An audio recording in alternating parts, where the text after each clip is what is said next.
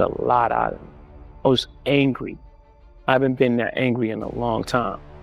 Uncontrollable anger. Like, you don't put that on someone. Like, that's the thing that you better be super sure. It used to be like that. Like, you have to be super sure before you put those kind of things on a person, especially a person like me. Like, even when we were doing the worst things, we were doing bad, we had those kind of rules. There was a line, no women, no kids. You know, you hear those sayings, but those are things that I took from the street.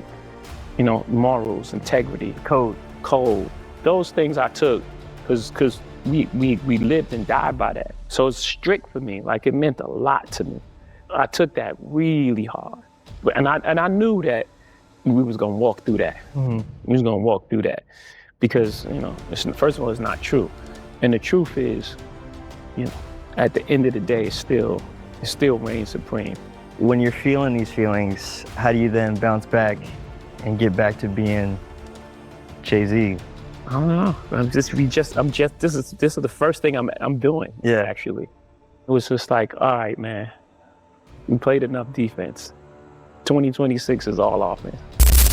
When Jay-Z did his first interview of the year and said he was done playing defense and ready to go on offense, he wasn't just talking slick. I assumed he meant the legal route, DMCA claims, copyright strikes, and the pressure he's reportedly been putting on independent media voices. That sounded like offense to me. But no, Hav pulled the mic back out, and the room got quiet. I have to keep it honest, some people might call me inconsistent for this, but I love when Jay-Z raps. I forgot how different it hits when he's fully locked in, talking boss talk, and giving us a real glimpse of what this project everybody's been watching for might actually sound like. Before anyone comes at me, yes, I know what I said before. I said nobody was checking for that album, I know. But hearing Jay rap again reminded me exactly why people still treat his pen like a threat. He sent warning shots at everyone who had his name in their mouth, and we're breaking it all down, step by step, line by line, word by word. We are not missing a single reference. Jay-Z knows how to make a moment feel bigger than the music itself. Showing up with that Black Power afro while people were calling him a sellout, that's wild timing. It felt deliberate, like he knew the conversation around his name was getting heavy, so he came with a look that said pride, power, and message all at once. Oh! You had to cash cow and thunk it. When you was drunk this, I'm the one who struck the pain. That hill you can die on. There's way too much flack that comes from those planes. I'm killing them softly. But people aren't forgetting why those accusations started in the first place. For the last few years, fans have raised the Colin Kaepernick situation, Jay-Z's NFL partnership, and claims that negative stories were quietly pushed to protect the league's image. The street talk is loud on this one. A lot of people genuinely feel like Jay turned his back on the culture, and not just once. But let's get to the bars. The first line of the freestyle felt like light work to me. I'm not even sure it fully landed. Dying on that hill, too much flack that comes from those planes, sounds slick on the surface, but it's one of those lines where you need a map and 3 rewinds just to catch what he's actually saying. Then the killing me softly and Hill connection gives you that Lauryn Hill energy, so maybe that was the salute to her. Could be intentional, could be a stretch. But this is where Jay-Z starts sending real shots at names we actually know, and if you blinked, you missed the entire play. What's understood don't need to be explained. You want it one way, it's the other. I still on you suckers, I'm mauling you. Gang. I ain't much for meetings, no how. Cancel the brunches, I remember the hunger pain. The price of the bricks going up, it's gonna cost you. That line felt like a direct response to Gilly, no question. When Jay-Z says, cancel the brunch, I don't need it, I remember these hunger pains, he's looking straight at the Roc Nation brunch conversation. Then he flips into the wordplay about the price going up, needing $1 billion just to say his name, with that Beyonce Say My Name connection woven in. Clean flex, cool bar. But the real substance is who it points back to. This was aimed at Gilly, because Gilly went on Shannon Sharp's show and said flat out he's not going to that brunch. His argument was that Jay was pulling all these celebrities into one room so it would look like everyone was bowing to him.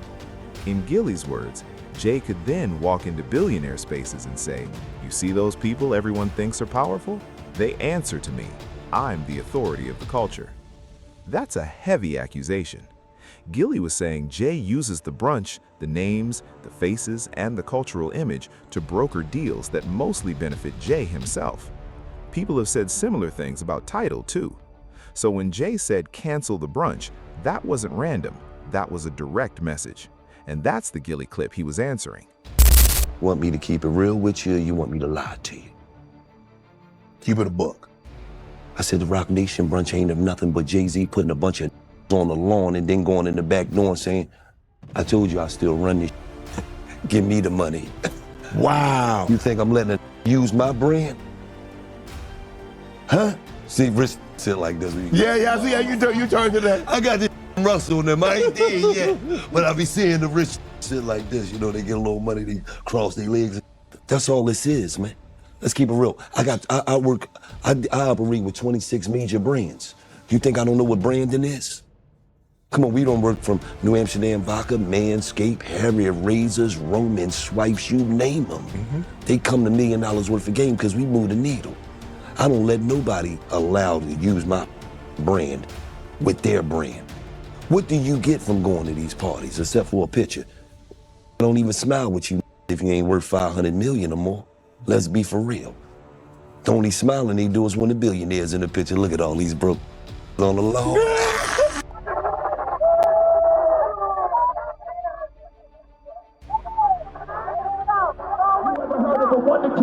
My children is some of them. Have you no shame? You're trying to get under skin? I really get under skin as unharmed player.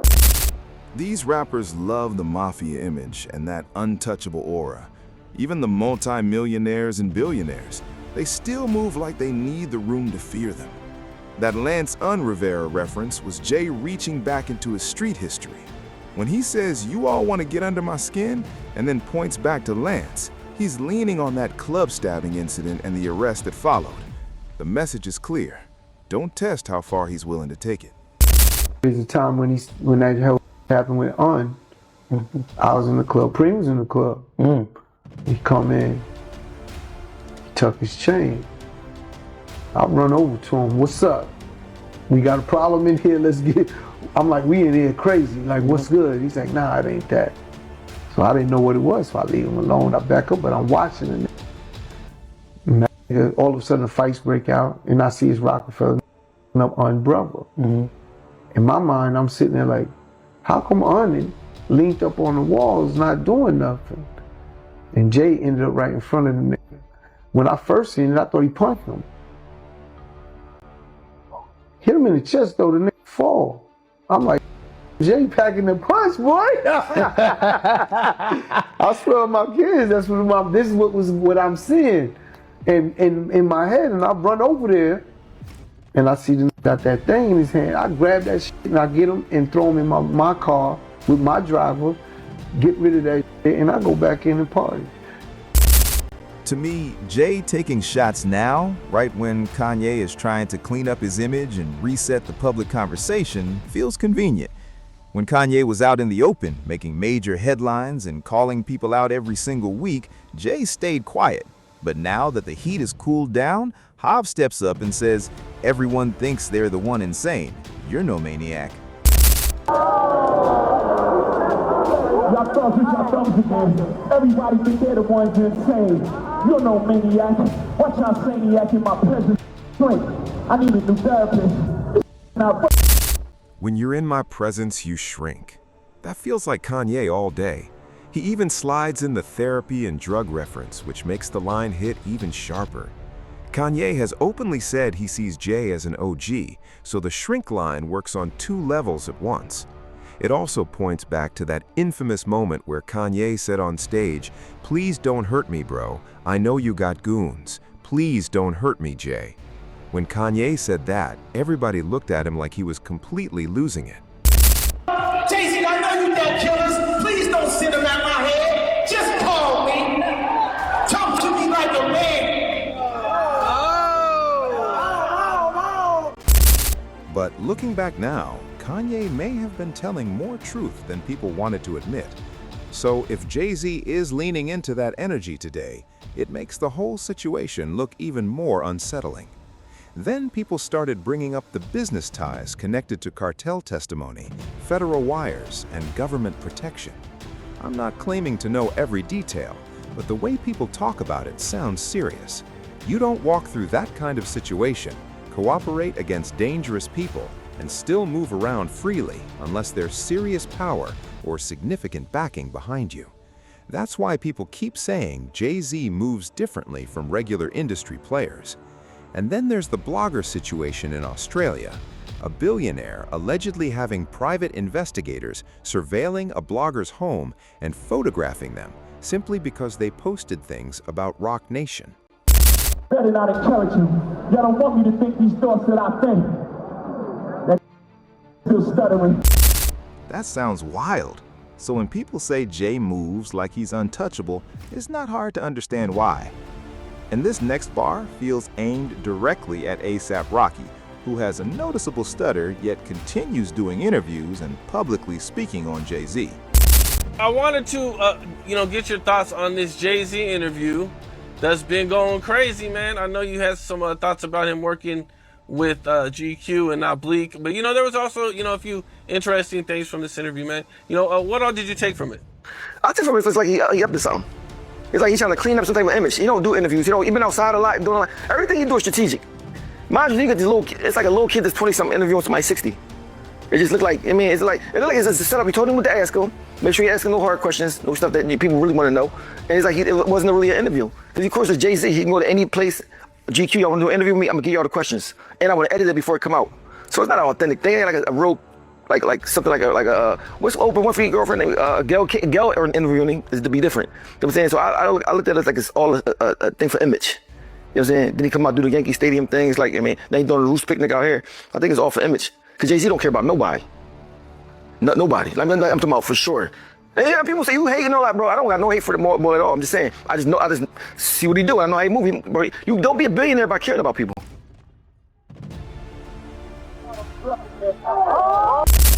A$AP Rocky is also the one who claimed Jay may have a secret daughter, and he recently went as far as comparing Jay-Z to the devil. Down on his luck again felt like a direct jab at Dame Dash, Jay clearly reaching back to that Breakfast Club situation. Problem, bro. What are you talking about? This is the problem. Y'all want to see me struggle so bad. When have y'all seen? Wait a second. Let me ask a question. Let me ask one question. Let me ask one question. The problem, Dame, I have with you is you're a businessman and an entrepreneur. I don't care what your problem. When people have a question to you, you don't want to ask the question, and exactly what you do to people. I did answer. You are a chatty patty. Right? No, I'm not. Okay, let's do this. Can I talk? Let me answer that. Can I answer that? Can I answer that? No, you can't come speaking. Like we just said, we're gonna set boundaries. I respect that you respect me. Oh, just introducing you to Jaguar. I don't know why I still him. In an earlier interview, Dame called DJ Envy and Charlemagne the God chatty patties. Then when Dame came back for a follow-up interview, DJ Envy flipped it right back and hit him with the same label. That whole line had Dame Dash written all over it. But the part that actually shocked me was Jay-Z saying Jaguar Wright's name directly. Who's next? Y'all don't see the lineup? Yeah, we see the lineup. I'm just waiting to see who's next. Jay-Z is setting Diddy up. Why is everyone having such a hard time? He ain't doing it. He lined up D. Haven, stole his life and identity. He lined up Big L, stole his life and identity. He lined up Dame Dash, stole his life, identity, and took his love. Lined up R. Kelly. He wants to be the one. Allegedly, Sean Carter is responsible for enacting Pipe Williams to put Aaliyah on a faulty plane to move her out the way as punishment for rejecting him, and so he could level up Beyonce. That might have been the biggest mistake in the entire freestyle. First, saying her name out loud only raises her profile. Her interview run is about to get louder, messier, and far more viral because now people can say Jay-Z personally acknowledged her. That's free promotion on a silver platter. Second, Jaguar Wright has made serious public accusations against Jay-Z, including claims tied to Aaliyah's death. I'm not saying those claims are facts, but people are going to ask why Jay hasn't pursued legal action if he believes they're false. And then he laughs, admits he knows exactly who she is, and confirms they've met before.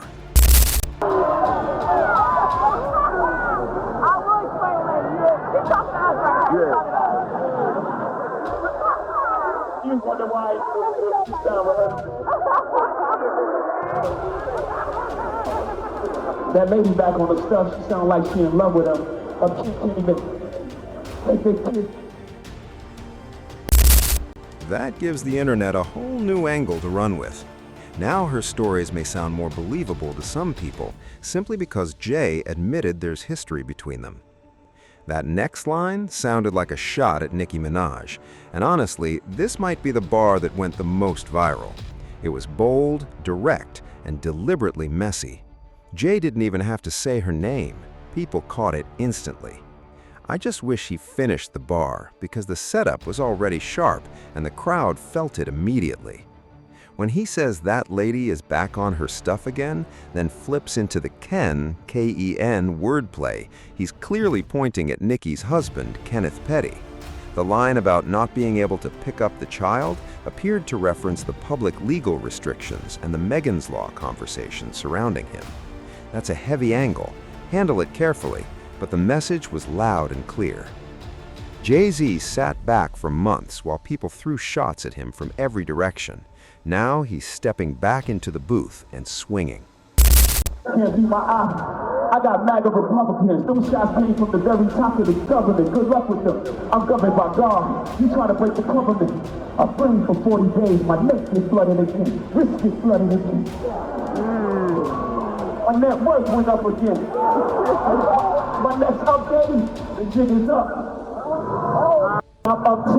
Wrong chart, champ. You gotta look up again. Up the hole. I never looked up to them.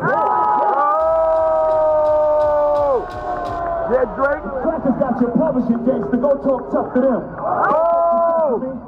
Courses and perpetuities, how your contract is worded. Make me go fuck, man. The roots remember, even when the trees pretend, not too much in my name. Don't forget who I am. Does Nicki jump in the booth and send fire right back at Jay? I don't know. But Nicki is not the type to stay quiet when her name, her husband, or her family gets pulled into the smoke. She might go nuclear and start airing things out fast. Drake, listen, this might be your moment. This might be exactly the opening you needed. Unlike when Kendrick pulled you into a battle where the odds were stacked against you, this feels different. Drake, take the bait. I'm serious. If you don't jump in that booth and drop 3 diss records, you are letting a golden opportunity slide right past you. Jay-Z gave you a lane. If you don't use his name the same way people used yours, that's just bad business. Jay spent more time throwing shots at Drake than almost anyone else in this freestyle. When he said the jig is up, that sounded like a direct response to Drake taking a jab at him on Iceman.